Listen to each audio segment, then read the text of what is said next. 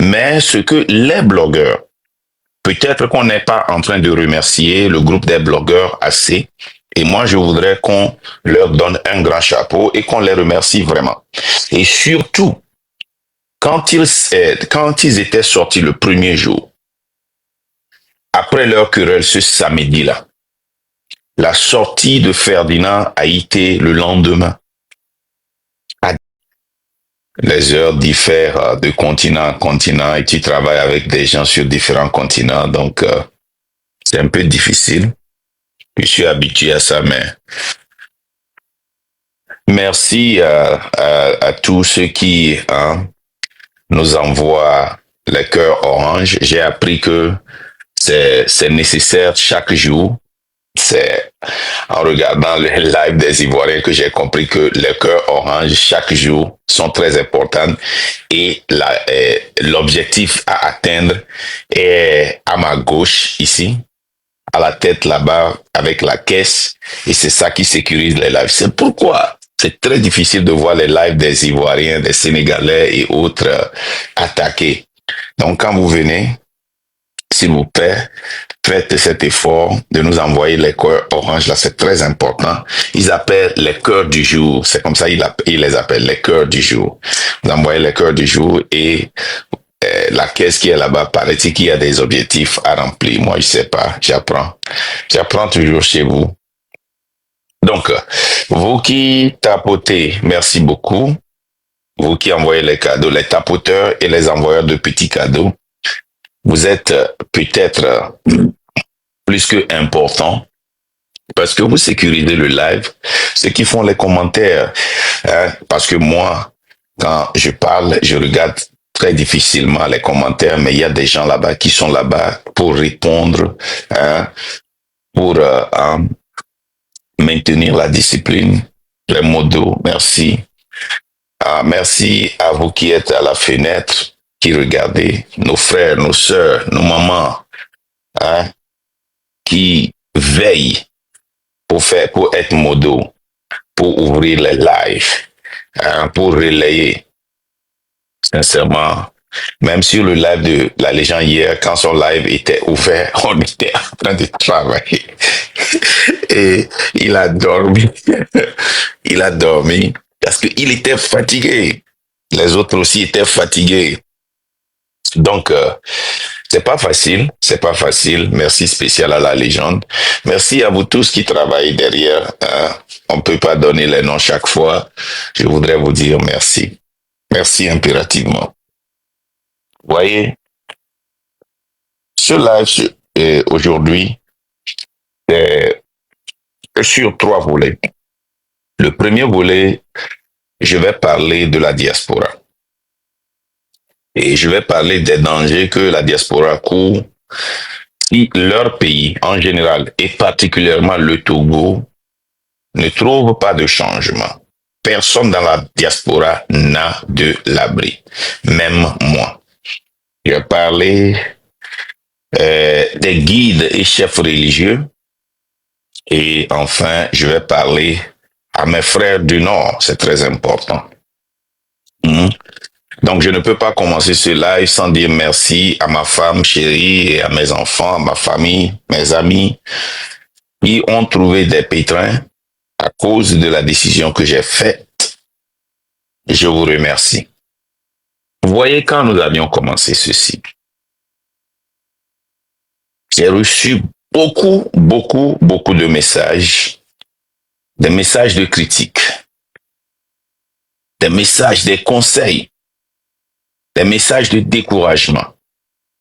Mais vous savez, vous pouvez voir la consistance. Je n'ai jamais baissé les bras. Quand tout semble aller droit dans les buts et que il semble que tout est rose et tout le monde danse, tout le monde est content, tout le monde dit la lutte est gagnée, je reviens, je dis, bas la terre, concentrons-nous. Et quand tout semble s'écrouler et que tout le monde pense que c'est fini, la lutte là, elle est perdue, je reviens, je dis, levez la tête, on continue. C'est la consistance. Il faut croire. Il faut persister sur le même message. il faut dire cette vérité. Il est bien vrai qu'il y a eu des temps où nous avions été très tranchants, mais ce n'était pas dans la méchanceté, mais c'était dans le but d'être focus, d'éviter les divertissements et de tirer tout le monde vers le même sens. Aujourd'hui, quand je me réveille, je vois 500 messages, 300, 200, 150 messages.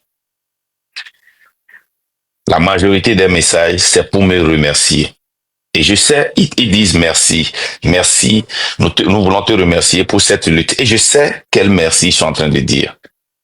Parce que c'est des gens qui n'avaient pas cru là où on allait.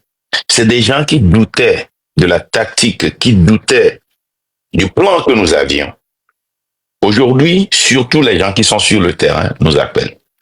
Parce que sur le terrain, c'est sans doute, vous allez voir le train de la liberté qui travaille nuit et jour, surtout nuit et jour, qui travaille pour mettre en place des infrastructures pour supporter la population qui n'arrive pas à manger, pour supporter cette population qui n'arrive pas à boire, pour supporter cette population, éduquer la population sur la non-violence et comment est-ce qu'il faut réclamer son droit selon l'article 150 alinéa 2 de la Constitution que le peuple a voté et que ce gouvernement illégitime a détrôné. Et c'est ce travail que nous sommes en train de faire. Parce que nous continuons pas à croire à au soulèvement populaire pacifique. C'est vrai. Quand nous voyons les sorties courageuses de la population, de la jeunesse, dans la nuit du 5 au 6, beaucoup de personnes pensent que c'est un échec parce que Fort n'est pas parti.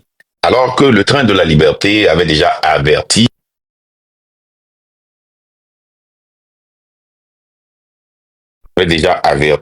et vous dire que cette lutte n'est pas une vitesse, mais une résistance, voire même un marathon, et qu'il fallait se préparer après le 6. Mais ce que les blogueurs, peut-être qu'on n'est pas en train de remercier le groupe des blogueurs assez, et moi je voudrais qu'on leur donne un grand chapeau et qu'on les remercie vraiment. Et surtout, quand ils étaient sortis le premier jour, après leur querelle ce samedi-là, la sortie de Ferdinand a été le lendemain, a donné une vie encore très forte. Et nous avions bien fait de calmer les gens et de leur demander, de leur prévenir même avant leur sortie, que ces blogueurs vont faire des erreurs, mais qu'il ne faut pas prendre de la lampe, de la lanterne pour chercher ces erreurs et les amplifier. Et ils vont continuer par faire des erreurs. Ils vont nous énerver, ils vont nous marcher sur la tête, mais c'est des blogueurs. Et je voudrais aussi remercier Ferdinand pour cette sortie ce dimanche-là. C'était vraiment impératif qu'une vie soit relancée dans cette lutte. Et nous, on savait que Ferdinand sorte ou pas, nous allons maintenir. Et comme nous l'avons toujours dit, tous ensemble, ce serait très rapide. Seuls, nous savons que nous sommes dans cette lutte pour ne pas perdre, mais nous devons vraiment, vraiment aller au bout. Et je remercie Ferdinand pour cette sortie. Donc, je voudrais remercier ces blogueurs parce que leur sortie là nous a donné une poussée très forte. Et nous avons fait quelque chose que nous, sur le terrain, vous ne pouvez jamais voir. Nous avons percé, nous avons brisé une glace qui nous a permis maintenant de s'installer. Cette glace que nous avions brisée a permis maintenant aux gens de parler. Cette glace que nous avions brisée a permis aux gens de voir et de dire, mais, donc c'est mon droit, je peux sortir. C'est comme quand on prêchait ici.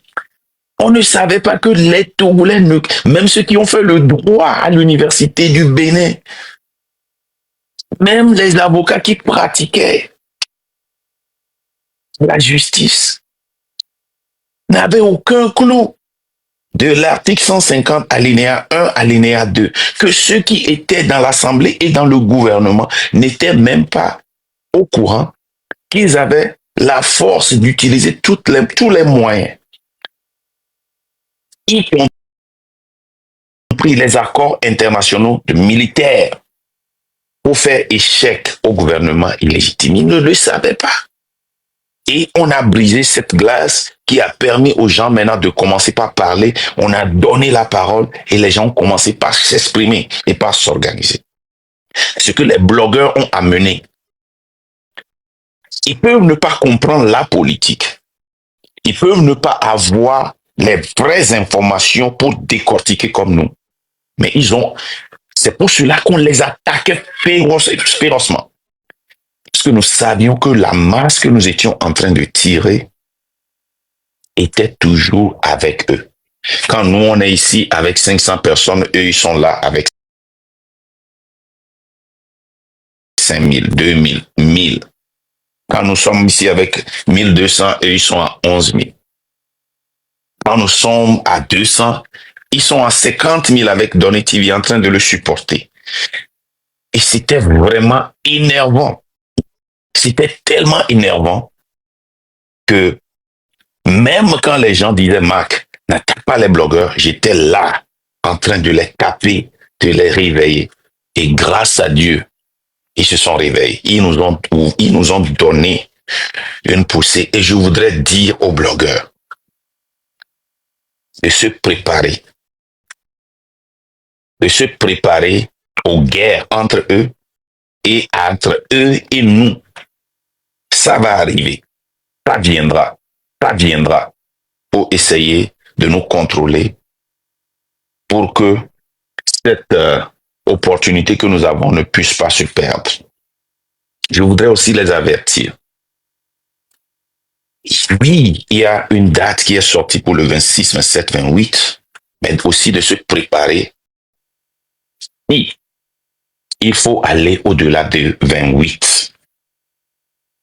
Parce que cette résistance peut prendre du temps et qu'ils ne se découragent pas. Leur sortie seulement. Le fait de ne plus faire du béret, mais le béret c'est politique.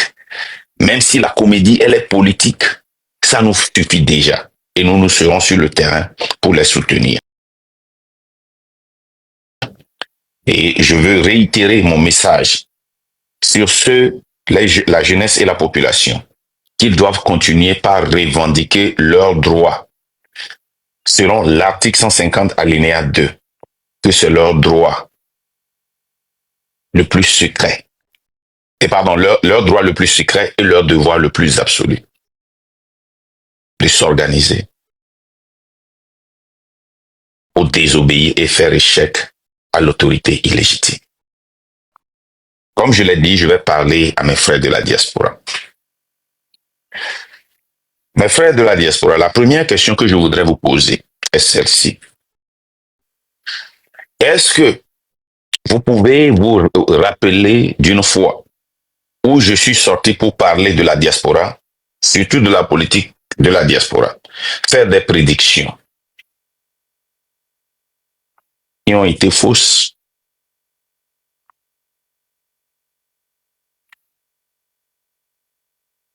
Je voudrais que vous fassiez une introspection, un retour sur soi de l'esprit pour repenser ce que vous aviez pensé,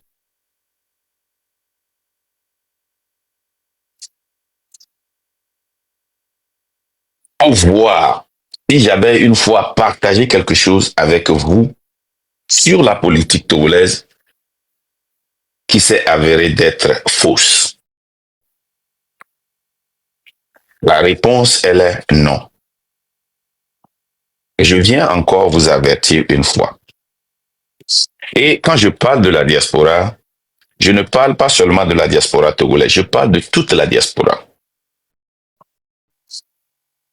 La première fois, quand ce président-là a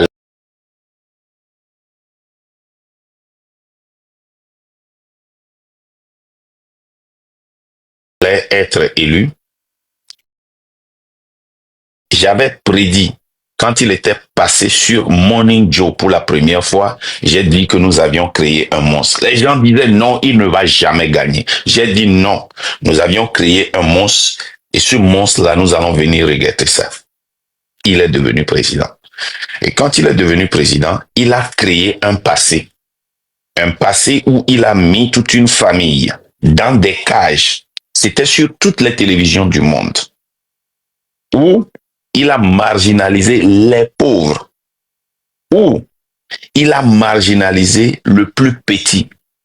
Où il est allé en guerre même avec les plus petits et a rendu des comptes personnels en utilisant le pouvoir. Ça, c'est un passé prêt. Et quand il revenait, on s'est basé sur, et il y avait des garde-fous quand il était venu. Cette fois-ci, il venait avec son équipe.